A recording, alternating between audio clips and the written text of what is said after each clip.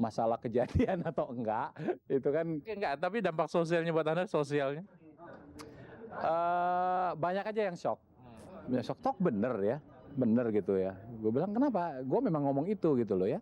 Tapi dalam kaitan adalah kalau misalnya lo waktu itu ya diminta menjadi Menteri Pariwisata atau bukan menteri sebenarnya dalam kapasitas lo yang paling sanggup ya pariwisata gitu ya. Kan gitu konteksnya karena apa?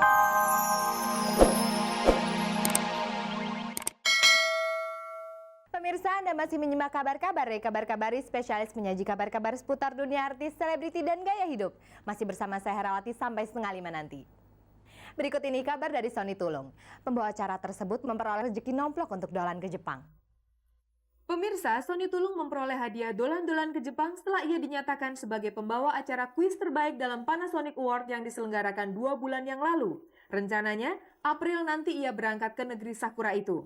Bahwa Sony Tulung senang, tentu saja iya. Mungkin bukan hanya senang karena akan berangkat ke Jepang dengan Panasonic, tapi ada hal yang lebih dari itu. Ini kan semacam apresiasi ya. Kayaknya dihargai sekali gitu loh.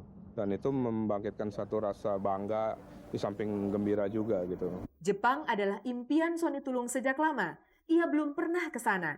Ia kagum kepada bangsa itu. Pertama yang sangat menarik adalah masyarakat Jepang itu sendiri kalau di mata gue menarik sekali. Karena kita tahu kan tahun 45 mereka hancur, tapi sekarang mereka kekuatan ekonomi luar biasa kan. Teknologinya juga kalau boleh ngomong jujur, Jepang itu sebenarnya nomor 1 kan. Gitu, itu menarik sekali. Dan kebetulan gue kan belajar beberapa ilmu bela diri dari Jepang, name it lah, Aikido, Kempo, dan lain ada ya Aikido dan Kempo itu 2. Tempat atau objek lain yang lu pengen banget lihat apa lagi? Iya, ada banyak sekali sebenarnya di sana. Kalau yang gue dapat informasi, mungkin kereta api cepatnya juga oke, yang kan di sini nggak ada tuh ya. Dan apalagi yang jelas sih kebudayaannya yang berkaitan dengan kultur budaya masyarakat Jepang itu. Lo akan berangkat dengan siapa? Sama istri.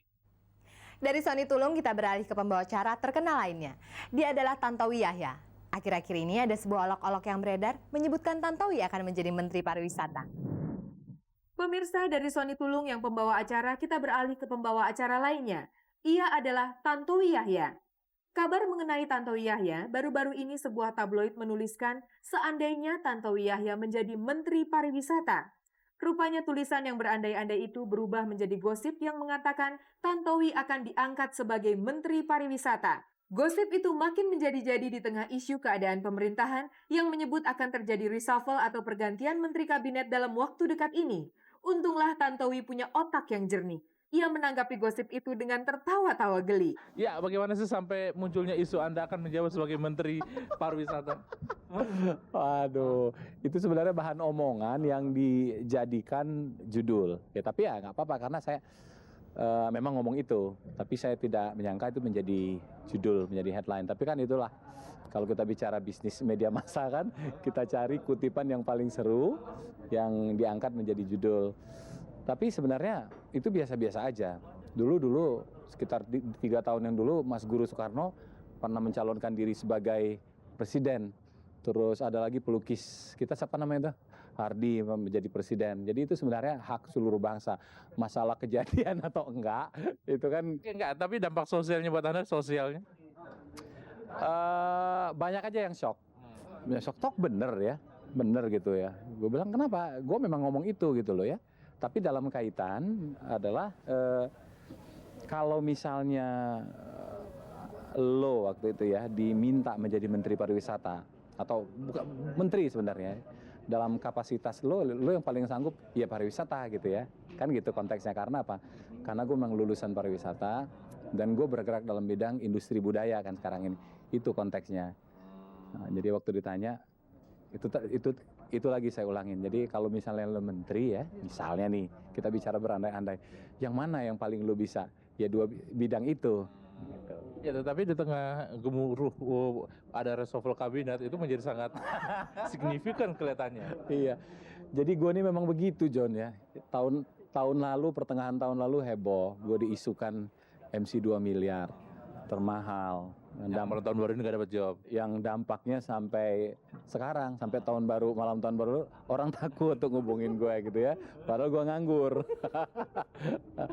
Sekarang dengan isu ini mungkin orang makin takut untuk minta gue sebagai MC. Mungkin job gue sekarang lebih banyak sebagai pembicara kali John, bukan tahun-tahun 2000 ini. Seandainya saja, sekali lagi, seandainya saja Tantowi Yahya jadi Menteri Pariwisata, konsep apa yang akan ia jalankan? Kalau kejadian, nah ini seru nih pertanyaannya nih. Simple sebenarnya tuh, ya karena yang banyak sekali yang bisa dijual dari Indonesia itu yang sebenarnya itu tidak tereksplorasi dengan baik sebenarnya ya. Misalnya jenis wisata kelokalan atau local components yang sebenarnya bisa menjadi daya tarik yang baik, tapi masalahnya itu kalau kita bicara sebuah konsep pemasaran, kita jangan lupa mengenai packaging sebenarnya. Kadang-kadang tuh kalau kita lihat satu produk isinya biasa-biasa aja, tapi karena packagingnya yang bagus sehingga menjadi menarik. Contoh kasus misalnya kalau kita ngelihat Singapura, apa yang ditawarkan di sana? Tapi segala sesuatu seperti tampaknya menjadi wah. Anda sendiri kan sering melakukan perjalanan ke luar negeri. Menurut Anda itu jadi modal nggak sih? Sangat. Jadi kelebihan atau keuntungan kita sering melihat negara orang, ya kita makin banyak perbandingan sebenarnya. Makin banyak kita ngelihat punya orang, makin tahu kita kekurangan punya kita, terutama kekurangan. Konon katanya sekarang udah punya rumah di Selandia Baru.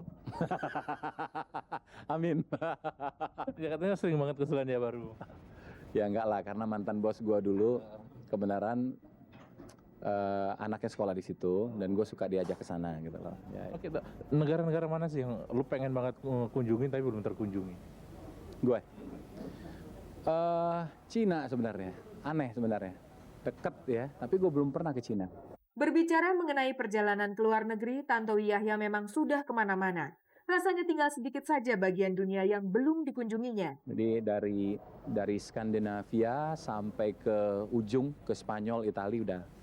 Amerika seluruhnya sampai Kanada, Afrika sebagian, Asia, Cina aja. Jadi kadang-kadang karena dekat sama kita jadi entar-entar aja lah berangkatnya gitu ya. Nah, tapi pengen banget gitu. Kalau Indonesia sendiri udah dikelilingin sampai mana? Lah itulah modal MC John. Jadi kadang-kadang kita disuruh MC di Kalimantan, suruh MC di Sulawesi, di Timur Timur, di Timor, hampir seluruh. Pemirsa, berikut ini Anda akan saya ajak ke dunia seni lukis menjumpai Yuli Indra. Perempuan pelukis ini sangat menyukai bunga tulip hingga melukisnya sampai 11 buah. Pemirsa, perhatikan lukisan-lukisan ini. Kebanyakan bergambar bunga tulip, bunga yang menjadi salah satu ciri khas negeri Belanda. Pelukisnya adalah Yuli Indra yang belum lama ini memamerkan karya-karyanya tersebut. Menjadi pertanyaan, mengapa ia sangat menyukai bunga tulip hingga melukisnya sampai 11 buah? Sebenarnya saya ke Belandanya tuh udah lama gitu loh, udah setahun atau 2 tahun yang lalu, malah saya lupa. Nah waktu saya ke sana, saya sudah udah bener-bener seneng deh, fall in love dengan bunga tulip di sana. Lalu saya udah kepengen melukiskannya di atas kertas cat air saya, tapi belum ada waktu terus. Lalu akhirnya kurang lebih 3 bulan yang lalu, saya pikir saya harus bikin nih seri tulip. Akhirnya saya bikinlah kali ini seri bunga tulip sampai 11. Tapi rencananya saya masih akan bikin sampai 25 seri. Jadi masih kurang kira-kira 14 lukisan tulip lagi. Bayangkan, 25 seri lukisan bunga tulip.